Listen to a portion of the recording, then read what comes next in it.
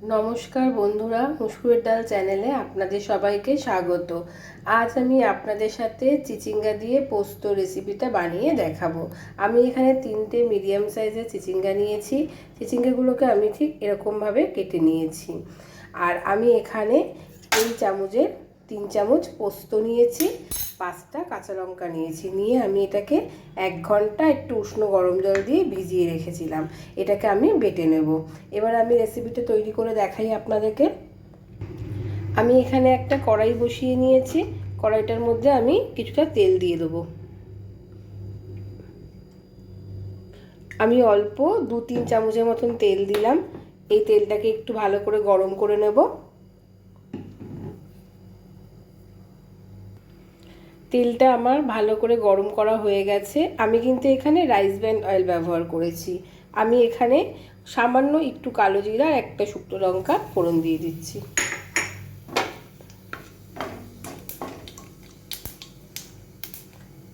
এটা ভাজা হয়ে গেছে। আমি এবারে এই চিচিঙ্গাগুলোকে এর মধ্যে দিয়ে দেবো।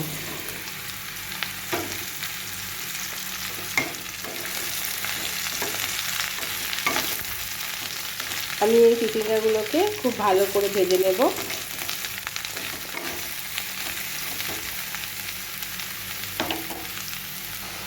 এই চিচিঙ্গাটার মধ্যে এবারে নুন দেব। 1 চামচ নুন দিচ্ছি আর সামান্য একটু হলুদ দেব।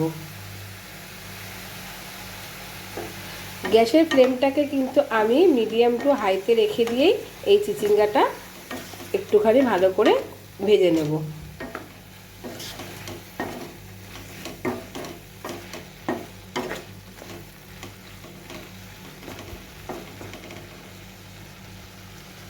এবার আমি এই চিচিঙ্গাটাকে 5 মিনিটের জন্য একটু ঢেকে দেব।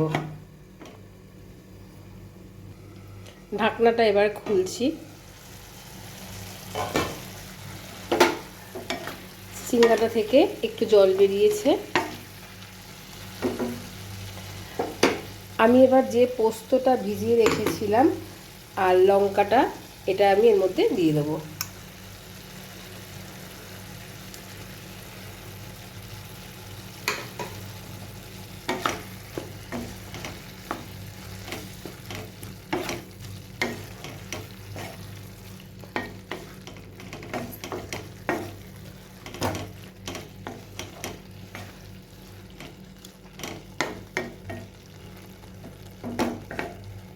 পোস্তটা কিন্তু আমি খুব বেশি মিহি করিনি, একটু আধা বাটা মতন করে পোস্তটাকে আমি বেটেছি। এবার আমি এর মধ্যে একটু চিনি দিয়ে দেবো। আমি একটু 1 চামচ চিনি দিলাম।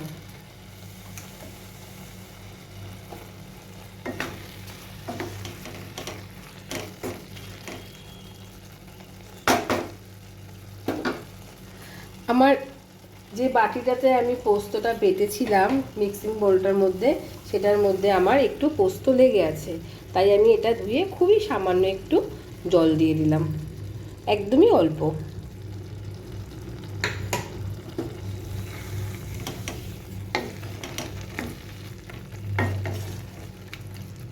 এটা আমি আরও 5 মিনিটের জন্য ঢেকে দেব। গ্যাসের ফ্লেমটা কিন্তু আমার মিডিয়াম টু হাইতেই রাখা আছে। আরও 5 মিনিট আমি ঢেকে দিই। ঢাকনাটা এবারে খুলছি।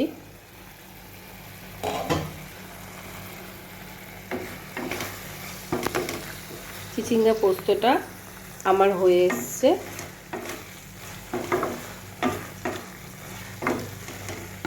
আর একটুখানি শুকিয়ে গেলেই আমার এই চিচিঙ্গা পোস্তটা একদম রেডি হয়ে যাবে। আমি ঠিক যেভাবে এই চিচিঙ্গা পোস্তটা বানালাম আপনারা এটা বানাবেন, দেখবেন গরমে এটা ভীষণই ভালো লাগে খেতে। আর এটা একটা সম্পূর্ণ নিরামিষ রেসিপি। আপনারা আমার চ্যানেলটাকে একটু সাবস্ক্রাইব করবেন, লাইক দেবেন আর সবার সাথে একটু শেয়ার করার অনুরোধ আপনাদের কাছে রাখলাম। এই চিচিঙ্গা দিয়ে পোস্তর এই রেসিপিটা একদম রেডি হয়ে গেছে। এবার আমি এটা একটু আপনাদেরকে পরিবেশন করে দেখাবো।